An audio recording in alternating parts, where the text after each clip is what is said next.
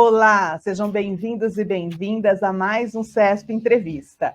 Hoje temos a honra e a alegria de receber Liede Bernucci, que é engenheira, professora titular da Escola Politécnica da Universidade de São Paulo, a PoliUSP, e ela já foi chefe do Departamento de Engenharia de Transportes e vice-diretora da Poli.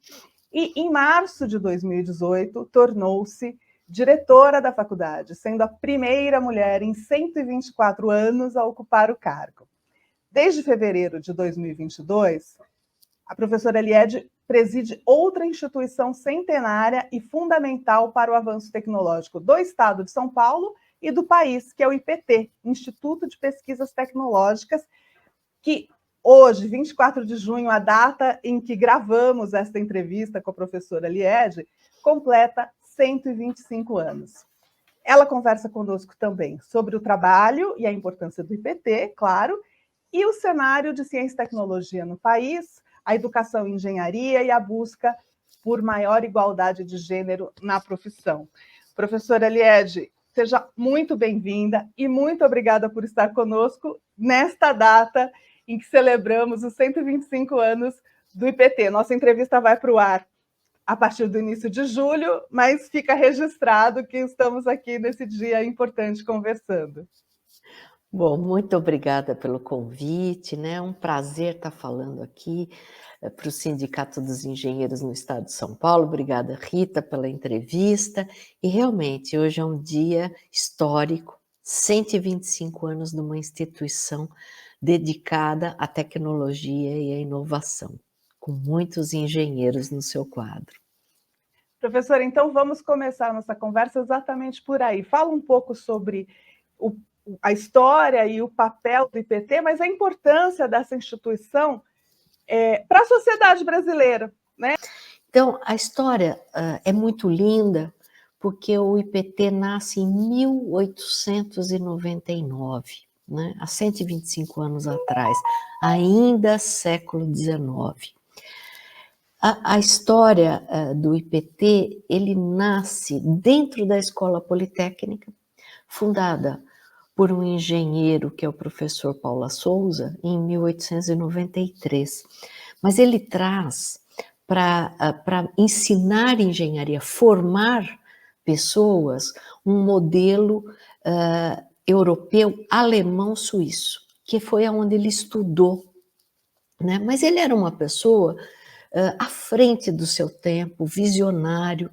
Ele queria do estado de São Paulo riqueza industrial, trazer a riqueza, trazer a indústria que estava começando naquela época, e ele sabia que precisava de tecnologia, portanto ele precisava de engenheiros. Então, essa é uma história bonita, porque a história e os nossos sucessos são feitos com visionários, né? E ele era um visionário, ele era uma pessoa republicana numa época que era império ainda, né? Ele foi uma das pessoas que batalhou pela República. Ao mesmo tempo, ele era um abolicionista enquanto tínhamos ainda a escravidão. Então, ele era um homem, era um engenheiro, mas era um homem público, né? Então, ele era uma pessoa que exercia um cargo político e, com isso, ele ajudou, então, em várias vertentes, o nosso Estado e o nosso país, portanto, né? Ele funda a Escola Politécnica e ele sabe que para apoiar a indústria, ele precisava ter laboratórios testando qualidade de materiais, porque senão sem qualidade você não teria um progresso na indústria, não teria como essa indústria ser uma indústria poderosa. E é o que ele queria, formar os alunos com uma vertente também experimental, não só teórica, e ao mesmo tempo dar base para a indústria. Então, ele faz o primeiro laboratório, que é o Gabinete de Resistência dos Materiais, em 1899. Esse é o berço do IPT. Mais tarde, ele vai aumentando de tamanho, vai criando várias outras áreas, né? Ele passa a ser de um gabinete para um laboratório, em 31, Em 34, a fundação da Universidade de São Paulo, a Escola Politécnica, com mais 5 escolas profissionalizantes, fundam a Universidade de São Paulo, e aí o que se faz? Torna-se o IPT autônomo, para que ele pudesse atender já a indústria, o governo, entender das políticas públicas, ter esta missão no seu coração. Então, em 34, ele se separa da Universidade de São Paulo, embora continue apoiando para o ensino, mas com essa vertente, com essa missão de apoiar o desenvolvimento tecnológico no estado de São Paulo. Então, em 34 ele se torna autônomo, mas o seu nascedouro está lá em 1899. Então, a importância, eu já dei uma pincelada, está na sua missão, né? Apoiar o desenvolvimento tecnológico para gerar riqueza e apoiar, portanto, a criação de empregos e não só a riqueza de poucos, mas gerando emprego, a riqueza da sociedade. Muito bem, ou seja, a visão que criou o IPT é uma visão que segue atual e convergente com o que se defende hoje da importância de você unir indústria, poder público, universidades, institutos de pesquisa, para produzir desenvolvimento, para ter indústria competitiva, gerando emprego de qualidade, ou seja, absolutamente visionário Paula Souza. Exatamente, com mais de um século, ele entende o que está no âmbito da teoria, no âmbito da ciência, e o que é ciência aplicada, tecnológica, né? E do outro lado, a política pública e as indústrias, as companhias, né? Então, ele faz essa ponte da ciência, né? Porque a ciência básica dá conhecimento sólido, e você, com esta ciência, você desenvolve essa ciência para o lado da tecnologia, no nosso campo tecnológico, né? Você desenvolve a tecnologia, faz inovação. Inovação, na verdade, ele fez há 125 anos atrás, né? Faz a inovação para poder completar o ciclo. Então, hélice tríplice já existia naquela época na cabeça desses visionários que fizeram do estado de São Paulo um estado tão forte. Muito bem. E na atualidade, professora, quais são os projetos, as perspectivas do IPT? O que o IPT está fazendo hoje e pretende fazer no futuro? Então, o IPT tem uma história riquíssima em várias áreas, né? Ele começa lá na construção, na parte de construção, depois metalúrgica, ele é responsável por várias coisas. Eu acho que as pessoas às vezes não sabem, porque a gente às vezes divulga mal ou divulga muito de forma muito estrita, né? Mas o IPT, ele fez, inclusive, as primeiras normas técnicas, ou seja, ele rege qualidade desde o seu começo, né? Então, ele consegue conceber métodos, e esses métodos tornam-se normas técnicas. Então, as normas técnicas na área de construção, na área de concreto, de cimento, são impressionantemente visionárias, para poder fazer da construção civil uma construção diferente, inclusive nas áreas que depois se tornam muito importantes, como as barragens depois, né? Então, na área de geotécnica também é muito importante. O IPT, por incrível que pareça, na nossa história, ele faz também os primeiros aviões, né? Na década de 30 ainda. Né? Ele faz 20 protótipos. Então, ele começa a atuar em várias áreas. Na área metalúrgica, ele começa a trabalhar muito cedo também, fazendo as primeiras ligas chumbo, primeira liga de chumbo, numa pré-usina, é feita no IPT. Então, ele começa a abrir suas vertentes de trabalho, né? E começa a atuar em várias áreas. E hoje a gente vê, então, portanto, essa base que a história nos deu para essa nossa atuação. A gente atua, portanto, em várias áreas, nós alargamos os horizontes de atuação, né? Então, hoje nós temos a área de energia, por exemplo, que antes atuava em várias questões, inclusive de óleo e gás, e nas questões de distribuição, mas hoje a gente também abre um outro foco, que é a transição energética necessária. Nós estamos vivendo num momento de emergência climática. E o IPT trabalha na parte de transição energética, inclusive em hidrogênio de baixo carbono, com 4 diferentes rotas, biogás. Então, tem várias vertentes, biogás a partir de resíduos. Todas essas ações, veja que tem uma história no passado, né? Tem uma história muito forte no passado.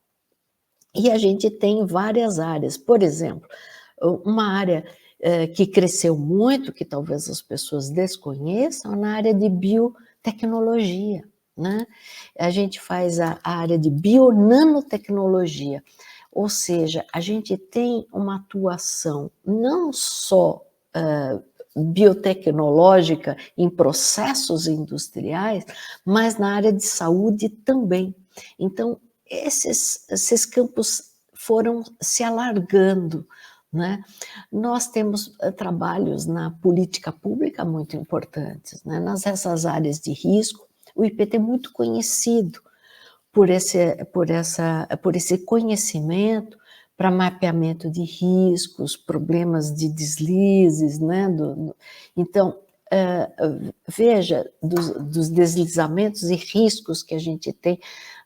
São Sebastião, ano passado, em janeiro e fevereiro, nós assistimos uma tragédia, né, em São Sebastião, e o IPT esteve presente para auxiliar tanto a população, a defesa civil e o próprio governo para dar as melhores soluções. Agora, nessa tragédia recente do Rio Grande do Sul, o IPT também estava presente junto com o governo do estado de São Paulo.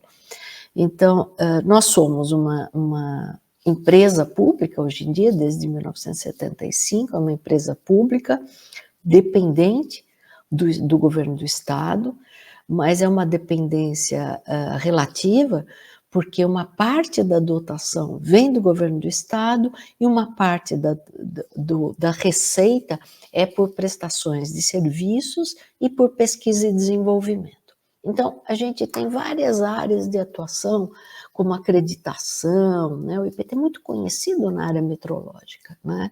O Inmetro nasce desse conhecimento que o IPT tem na área metrológica. A área metrológica, por exemplo, o IPT foi o primeiro a adquirir 1 metro e 1 quilograma padrão para poder dar essa base tecnológica, né? No estado de São Paulo e no Brasil.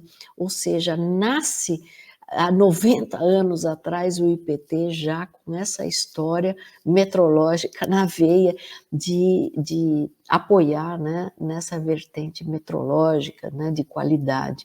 E hoje a área metrológica ela está em várias outras áreas, não só de acreditação e de homologação de alguns equipamentos, etc., na área farmacêutica, ela atua em diferentes áreas. Na transposição de São Francisco, estava lá o pessoal da metrologia, então ela atua em várias vertentes, mas ela também está se reinventando, fazendo automação, fazendo o recolhimento de dados e análises à distância. Então tem muita coisa nova acontecendo no IPT, né? Muitas áreas novas. Embora seja um universo que seja operado aí pelos especialistas, por profissionais altamente qualificados, são questões que impactam a nossa vida em geral, né? A vida de todos nós. Então, o IPT faz parte da vida de todos os paulistas e dos brasileiros também. Professora, teve recentemente, foi divulgada uma parceria entre o IPT e o Google, que criaria ali nas instalações do IPT uma área de engenharia para desenvolvimento de trabalhos em inteligência artificial. Isso foi divulgado pelo governo como uma parceria muito interessante, mas também houve uma certa polêmica ali. Teve gente que levantou a preocupação em relação, à privatização do IPT, né? Se isso seria uma privatização do IPT que gera o medo exatamente pelo que a gente falou aqui. Pô, o IPT é nosso. Nós, o povo paulista, temos uma instituição importante como o IPT. E outra, uma certa submissão da pesquisa pública paulista a uma Big Tech, essas Big Techs que empresas cada vez mais poderosas, né, que algumas são maiores que alguns estados em termos de PIB, maiores que empresas, grandes indústrias e petroleiras, assim, que a gente vê as coisas reais, e essas empresas dos algoritmos e da fábrica de dados cada vez mais influentes globalmente. Como que é essa parceria e os temores se fundamentam, não se fundamentam? Como que é isso? Bom, o IPT, como eu contei, trabalha para a indústria há 125 anos. Então, a indústria sempre esteve dentro do IPT, sempre. Contratando, vindo a equipe para olhar, para discutir, muitas vezes trabalhando em conjunto. Qual é a mudança que houve em 2019 com o IPT Open Experience? Hoje a gente só chama de Open porque a experiência deu certo e já passou. Então é IPT Open. É você trazer a inovação aberta e trazer o parceiro para dentro do IPT. Ou seja, o parceiro sempre existiu, está há 125 anos conosco. Então, há 5 anos atrás, quando tinha 120 anos, resolveu-se pegar alguns espaços para que eles instalassem a área de P&D, ou seja, pesquisa e desenvolvimento e inovação, com inovação aberta, não uma área de escritório ou uma área de business, não, a área tecnológica. Ou seja, você atrai a parte de quem atua na parte tecnológica para estar lá perto da gente. Alguns projetos fazer conosco, alguns projetos eles vão fazer com outros parceiros e alguns projetos eles fazem com eles próprios, na equipe deles. Isto não é só a Google, vem ocorrendo já. Então, nós temos outros parceiros que já estão lá dentro, né? Eu entendo o temor das pessoas da questão de privatização. Eu entendo perfeitamente. As pessoas têm temores. Os governos passam e o IPT fica. As instituições ficam. Na verdade, esse é um programa de Estado, não é um programa de governo, o IPT Open. Por que eu digo que é um programa de Estado? Porque é um avanço de você poder trazer, inclusive, startups, fazer novos negócios para que se amplie o leque tecnológico no país. Ou seja, a gente quer um ganha-ganha, não é só de um lado, né? E se tem uma coisa que para nós é muito importante, é a nossa autonomia. E a autonomia, Ari Torres, década de 30 e 40, tem registros de Ari Torres, que foi um homem importantíssimo na área do concreto, de cimento Portland. Ele registra a importância da autonomia universitária e dos institutos de pesquisa. Eu estou dizendo, a história é feita por visionários. A autonomia de pensamento, de ação, essa nunca pode ser perdida. E ela, o contrário, não é privatizar, é você guardar a sua autonomia, a sua isenção, a sua imparcialidade. Então, não importa, por exemplo, houve um acidente do metrô. Não, quem nos contratou foi a Secretaria de Estado, mas podia ser inclusive a empreiteira. O nosso diagnóstico não seria diferente. A gente só pode trabalhar com imparcialidade. No momento que ela for afetada, não existe parceiro. Então, a imparcialidade, a competência, toda essa nunca desaparecerá. Portanto, nós não estamos falando de privatização. Esse cuidado todos têm, e essa questão é uma questão inicial. A gente não abre mão disso. Então, o que são? Esses parceiros vão ajudar tanto a nós, nos nossos desenvolvimentos, e entrar em áreas, inclusive às vezes que nós não estávamos, inteligência artificial é uma área que a gente já estava, por sinal, mas em outras áreas, graças a esses parceiros, a gente entrou em áreas que a gente não trabalhava, como, por exemplo, a cibersegurança, né? Então, por exemplo, foi a Lenovo, que é uma empresa chinesa, né, que no IPT Open, na sua parceria, traz a ideia da cibersegurança.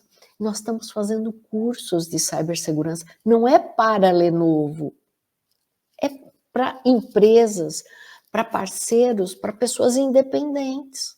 Então, é um ganha-ganha, né? Para a formação de recursos humanos. Então, por exemplo, a Lenovo nos trouxe isso. A Lenovo trouxe um projeto que é armazenamento de dados usando DNA, e não usando binário 0 ou 1, mas usando código do DNA. Com isso, a gente vai economizar no futuro dispêndio energético, espaço físico. E hoje a gente usa muita energia para armazenar dados em nuvem. Não é uma coisa que não tenha dispêndio energético, tem e muito. Então a gente precisa reduzir. Graças a Lenovo, nós conseguimos fazer em parceria com a Bionanotecnologia e o nosso pessoal de tecnologias digitais esse projeto que chama Prometheus. Então é um projeto que assim promete muito no futuro da gente poder armazenar dados em pequenos chips, em vez de estar numa sala. Então, imagina isso quando você multiplica o que isso vai gerar. E foi trazendo uma empresa para dentro. Ou seja, essa responsabilidade não pode ser deixada de lado. Esta é uma responsabilidade que tem que estar não só nas lideranças, mas na cabeça de todos do IPT. Hoje somos uma família de mais de 1.100 colaboradores. Existem aqueles que são concursados do IPT, são IPTanos, aqueles que vêm pela fundação do IPT, de apoio ao IPT, e aqueles terceirizados na segurança. Tal. Então, são 1.100 colaboradores. E hoje, tendo as startups, a gente está acelerando startups, graças ao IPT Open. A gente faz uma parceria com o Sebrae atualmente, nós já aceleramos desde 2022, pouco mais de 2 anos, mais de 100 startups. Então, veja que aceleram-se os processos, é isso que a gente quer, mas sempre com controle, sempre entendendo o que está sendo feito. Então, eu espero que essas minhas palavras ajudem a desmistificar algumas pessoas que acham que a gente está vendendo IPT, não é nada disso, não é real estate que a gente está fazendo. A gente está fazendo pesquisa, desenvolvimento e inovação. Professora, falando em pesquisa, desenvolvimento e inovação, na sua avaliação, qual a nossa situação aí em âmbito nacional? Qual a situação do Brasil nesse campo e nossas perspectivas, né? A gente tem essa batalha para ampliar os investimentos, seja do setor público, seja do setor privado, porque as empresas também investem relativamente pouco em pesquisa e desenvolvimento, nos rankings aí internacionais o Brasil está numa posição baixa. O que a senhora avalia desse nosso campo aí em linhas gerais? Bom, obrigada da pergunta. A gente começou a falar um pouco de óleo e gás, né, que você falou, né? Então, veja, a gente trabalha para a Petrobras há muito tempo. Já na época do pré-sal, o IPT foi, assim, uma das entidades que mais trabalhou no pré-sal, né? Em várias vertentes do pré-sal, então ajudou muito. e continua trabalhando para a Petrobras, para a corrosão das tubulações e para várias outras questões da Petrobras nas plataformas, etc. Bom, a Petrobras é uma empresa pública, né?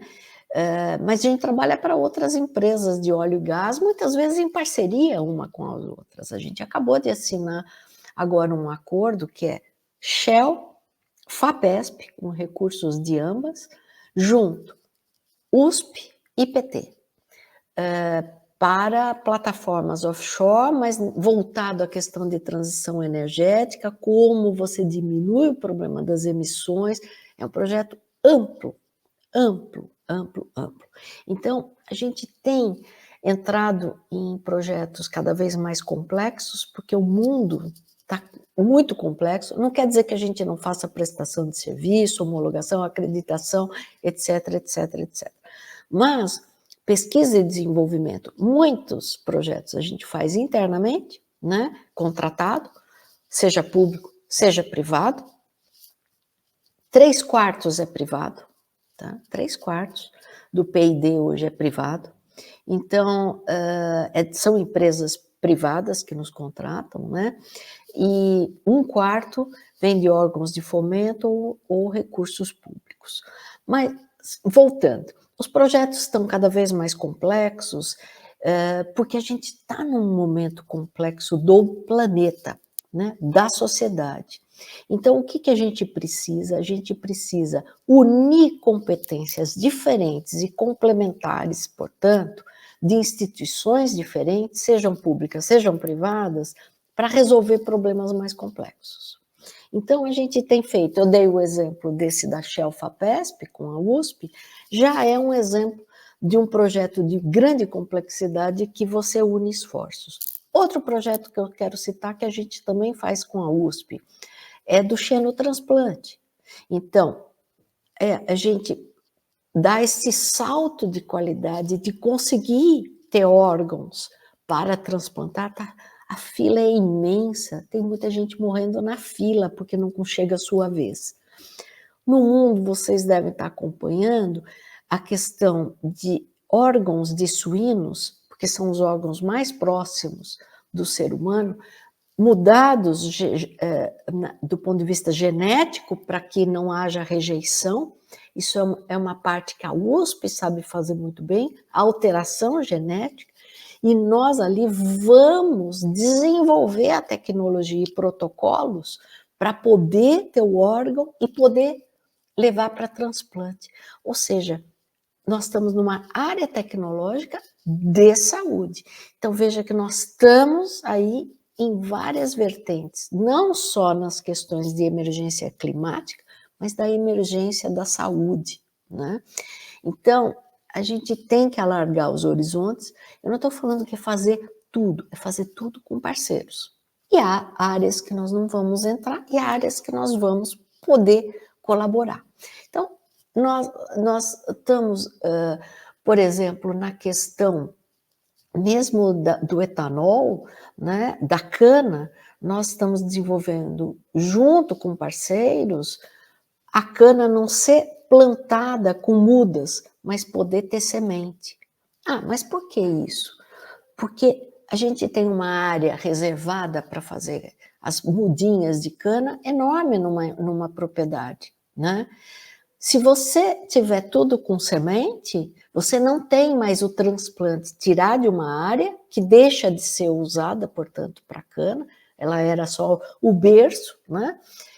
Você, portanto, numa mesma área, você tem muito mais cana, você tem muito mais etanol. O etanol é um grande negócio brasileiro, né? A gente não soube explorar direito o etanol.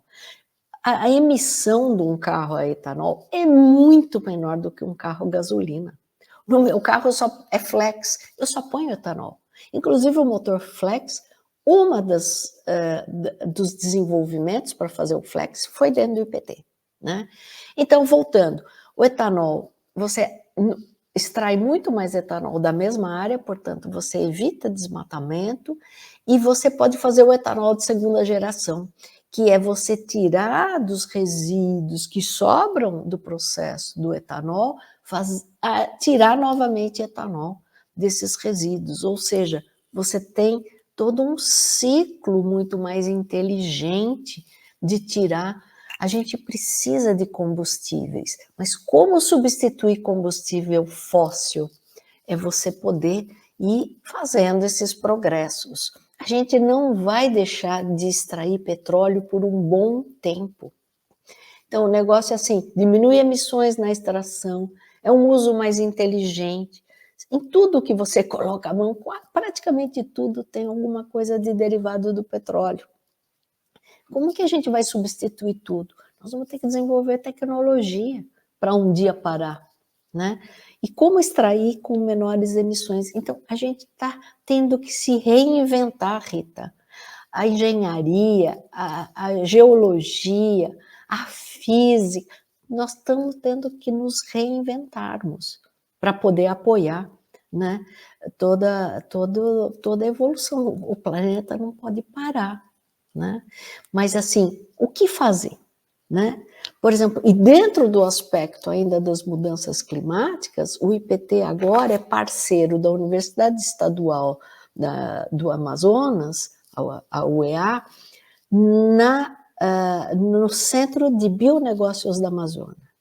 Ele já tem 20 anos de idade, ainda fazia muito poucas coisas, poucas evoluções, e a gente fez essa parceria, participamos de um edital, ganhamos a concorrência, essas duas instituições, portanto, unidas, com seus conhecimentos complementares, fazendo a gestão hoje do CBA, que vai daqui a pouco fazer um ano que a gente está lá, fazendo desenvolvimento para a Amazônia, para todas essas questões de biotecnologia, né? Ou seja, dar base de sustentação para a população que está lá, de maneira que não se derrube, né, a floresta, mas que a gente faça daquilo um bom negócio.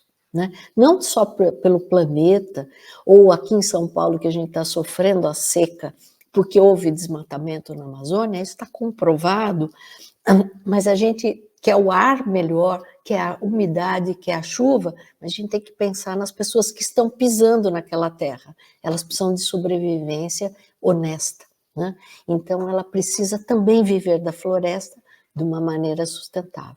É isso que é nosso papel também lá, né? Então, a gente tem, assim, várias questões que a gente está trabalhando, mas os nossos valores são preservados, Rita. E a gente precisa preservar esses valores, porque eles são para a gente durar mais 125 anos, mais 250 e quem sabe a eternidade. Onde precisar, a gente quer estar lá. E, ou seja, tudo isso que a senhora falou aí dos projetos do IPT que tem relação com os problemas complexos da atualidade que afligem não só o Brasil, mas o planeta, precisam estar presentes em todas as políticas de Estado, né? Na lógica do Estado nacional, fazendo isso da maneira mais eficiente, unindo os atores necessários e etc., mas precisa ser um projeto de país vocalizado para isso, porque não há alternativa boa, né? Até há alternativa, mas não alternativa boa. Exatamente.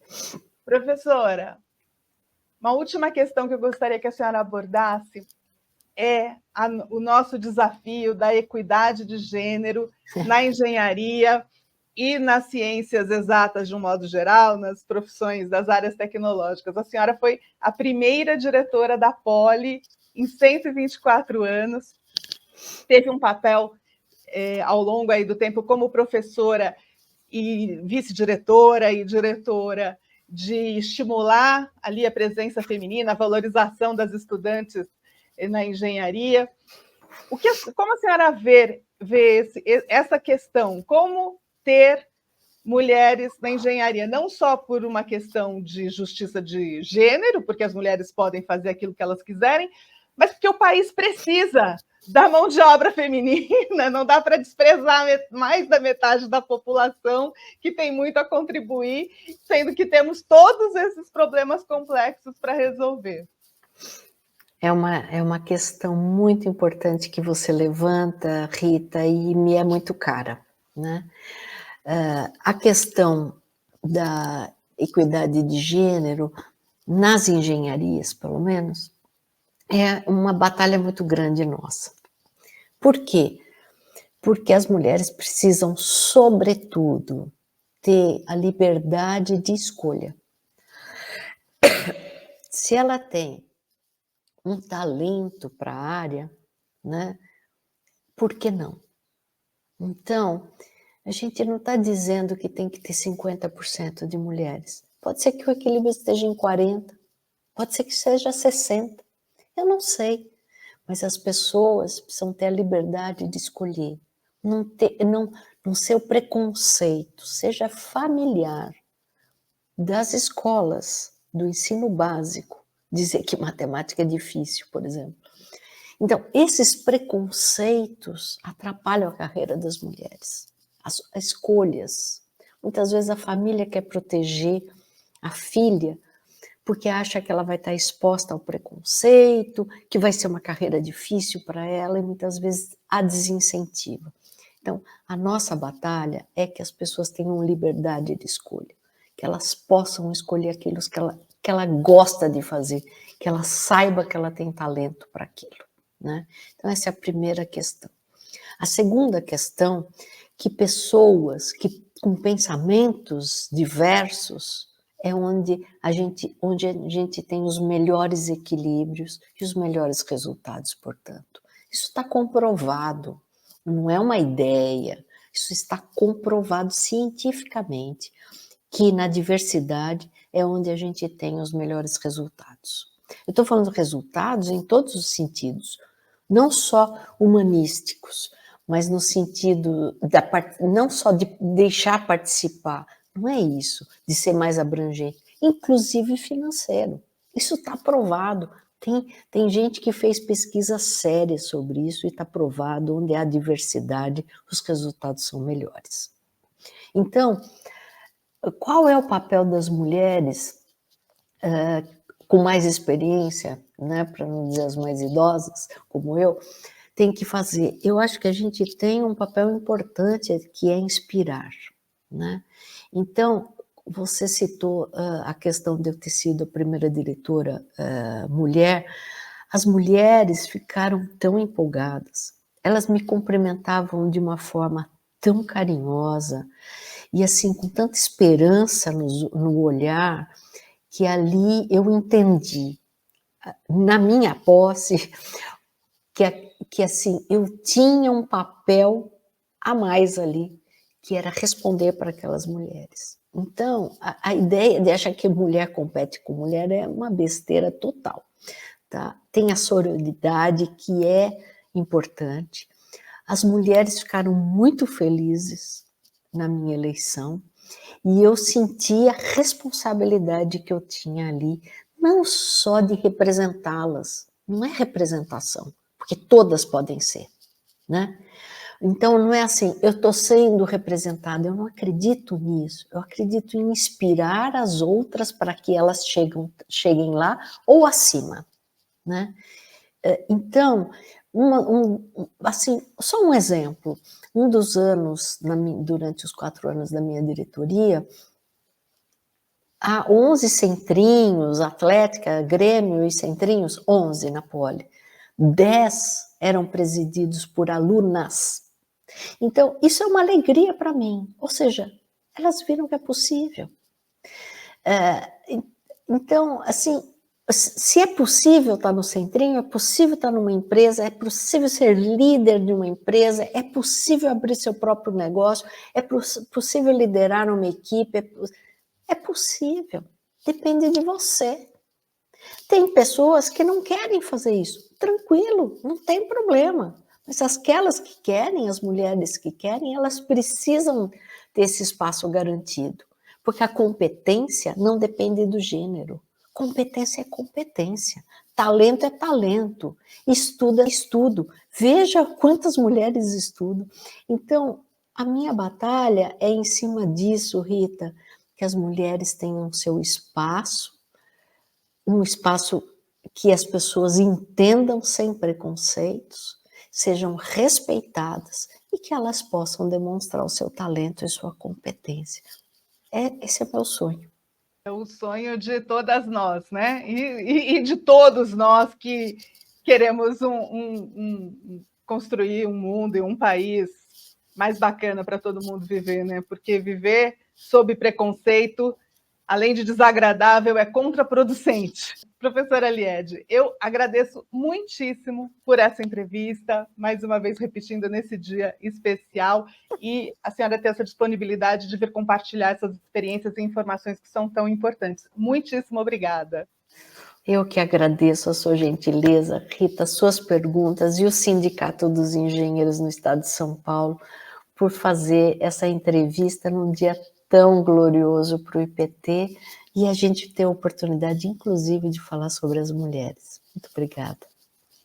Muito obrigada. E muito obrigada também a você que acompanha mais um CESP Entrevista. Fique sempre ligado no canal do CESP para conteúdos muito bacanas, como esta entrevista com a professora Liede Bernucci, diretora-presidente do Instituto de Pesquisas Tecnológicas. Até a próxima!